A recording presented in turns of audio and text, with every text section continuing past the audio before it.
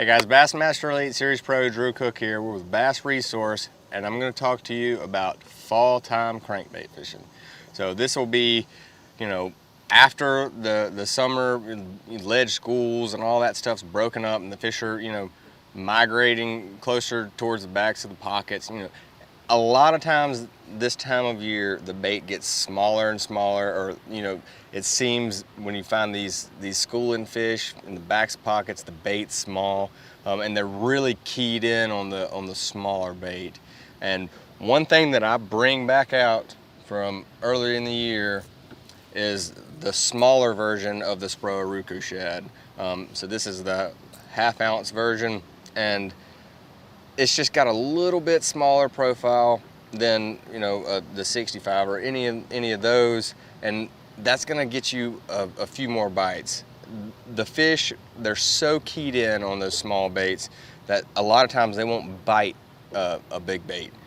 So I'm still throwing this one on a Dobyns Champion XP 764 crankbait rod, 6.21 gear ratio reel, and I will downsize my line a little bit now. A lot of times you'll be throwing into schooling fish or fish that are suspended, almost just out there waiting for the bait to come by to ambush them.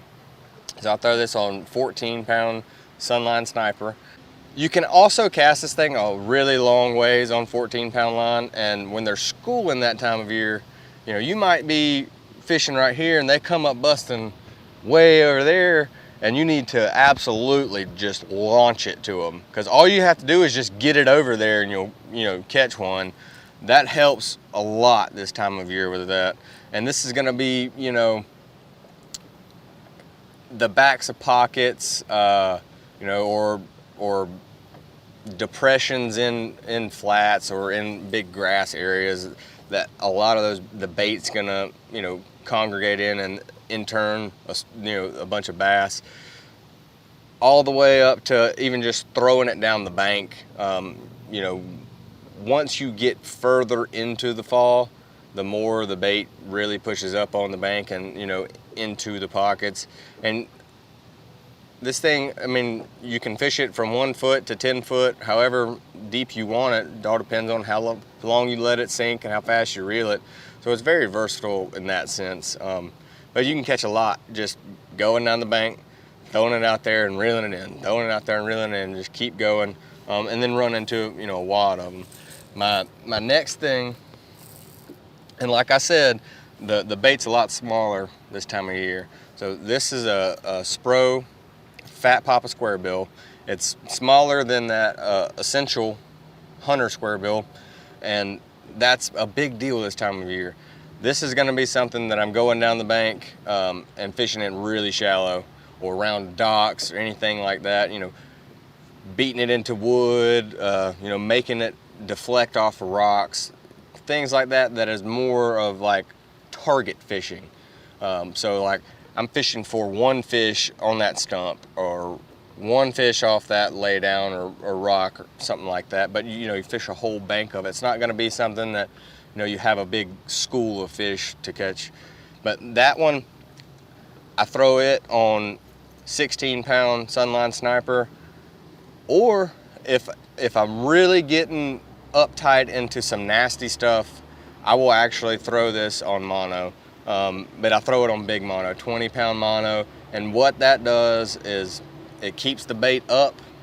I got big line so I can get a fish out of something, but that mono just doesn't get banged up near as bad as a fluorocarbon would be. But that's very situational. That's only something that I'm gonna do whenever I'm really getting into something like deep into laydowns and trees, like gnarly looking, that some place where somebody else is not gonna throw a square bill. That what that mono does is it helps the bait float up. So whenever you're going to run it into things, that's the whole point. But when you get stuck, you'll be able to pop it, and that line will bring it back up. And I'm still throwing that one on the Dobyns Caden 735 CB. I will go down to a Champion 704 crankbait rod, a little bit smaller, to help you make those really accurate casts whenever you're target fishing like that. One other thing that I do whenever I am getting in the absolute heart of something with a crankbait, I will change the hooks to EWGs. Short shank EWG, and that helps the hook not grab as much of the limbs and things like that, and to be more efficient while you're fishing it out of the treetop. Another bait that I like this time of year is the Spro. This is the Fat Papa 55. It's I would say a 6 to 8 foot diving crankbait, and this is going to be the same banks that you're fishing this square bill on.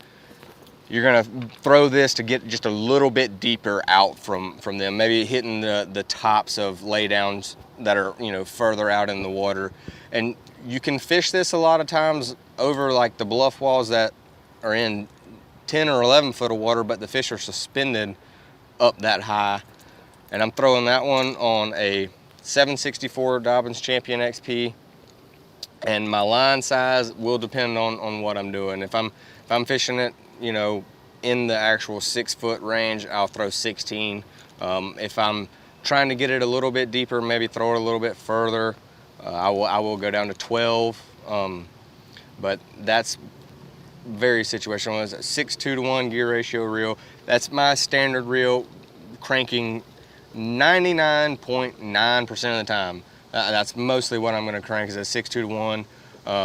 I really do like a 5:1 to 1 for deep cranking, but it seems nobody makes a 5:1 to 1 gear ratio reel anymore. That's worth it. So the 6:2 to 1 is my go-to.